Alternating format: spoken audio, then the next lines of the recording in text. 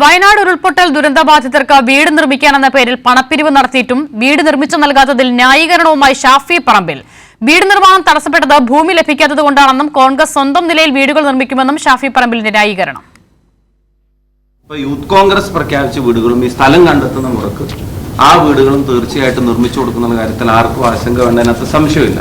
മാത്രമല്ല, അക്കൗണ്ടിനെ സംബന്ധിച്ച് ആരോട് സൂചിപ്പിച്ചു, അതിനുവേണ്ടി ശേഖരിച്ച രൂപയിൽ നിന്ന് ഒരു നയാ പൈസ പോലും മറ്റൊരാവശ്യത്തിനും എടുത്തിട്ടുമില്ല, ഇതുവരെ അതിൽ തൊട്ടിട്ടുമില്ല.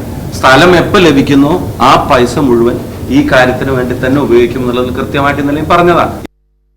നൃപൻ ചക്രവർത്തി ചേരുകയാണ്. നൃപൻ, വ്യാപകമായ പണപ്പിരിവ് നടത്തുന്നു, പക്ഷേ വീട് നിർമ്മിക്കുന്നില്ല. അവസാനം അത് വിവാദമാകുമ്പോൾ ഭൂമി ലഭിച്ചില്ല എന്നുള്ള ന്യായീകരണവും കൂടി നടത്തുകയാണോ കോൺഗ്രസ്?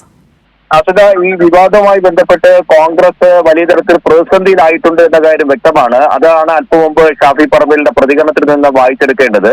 ഷാഫി പറമ്പിൽ പറയുന്നത് ഇത് സ്വന്തമായി സർക്കാരുമായി സഹകരിച്ച് വീട് വെച്ച് നൽകുന്ന കാര്യമല്ല തങ്ങൾ ഇപ്പോൾ ആലോചിക്കുന്നത്. അവിടെ ഭൂമി സ്വന്തമായി കോൺഗ്രസ് വാങ്ങി അവിടെ വീട് വെച്ച് നൽകും.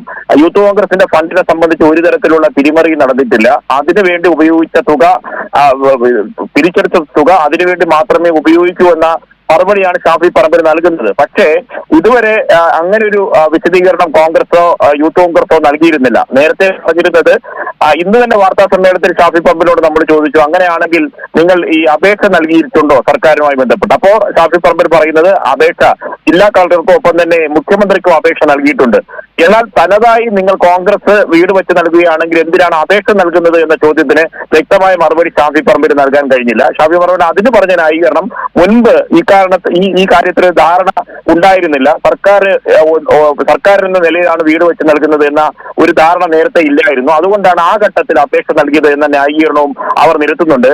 ഷാഫി പറമ്പിൽ പറഞ്ഞതിന്റെ പൂർണ്ണഭാഗം ഇനി നമുക്ക് പ്രേക്ഷകരെ കാണിക്കേണ്ടതുണ്ട്. ആ ഭാഗത്തിന്റെ രണ്ടാമത്തെ ഭാഗത്തിൽ നമ്മൾ ഈ ചോദ്യം ചോദിക്കുന്നുണ്ട്. അതിൽ ആശയക്കുഴപ്പം കോൺഗ്രസിന് ആകമാനമുണ്ട്. എ.പി. അനിൽകുമാറാണ് കോൺഗ്രസിന്റെ വീടുകൾ സംബന്ധിച്ച് പ്രഖ്യാപനം നടത്തിയത്. 4,13,00,000 രൂപ നിലവിൽ പിരിഞ്ഞു കിട്ടിയിട്ടുണ്ട് എന്ന് എ.പി. അനിൽകുമാർ പറയുന്നു. അത് ഒപ്പം തന്നെ ഈ തുക സംബന്ധിച്ച് നിലവിൽ സർക്കാരുമായി സഹകരിച്ചിട്ടല്ല വീട് വയ്ക്കുക, തനതായി കോൺഗ്രസ് അവിടെ സ്ഥലം കണ്ടെത്തി, ഭൂമി വാങ്ങി അവിടെ വീട് വയ്ക്കുമെന്നതാണ് ഇപ്പോൾ നിലവിൽ പറയുന്നത്. അസിത.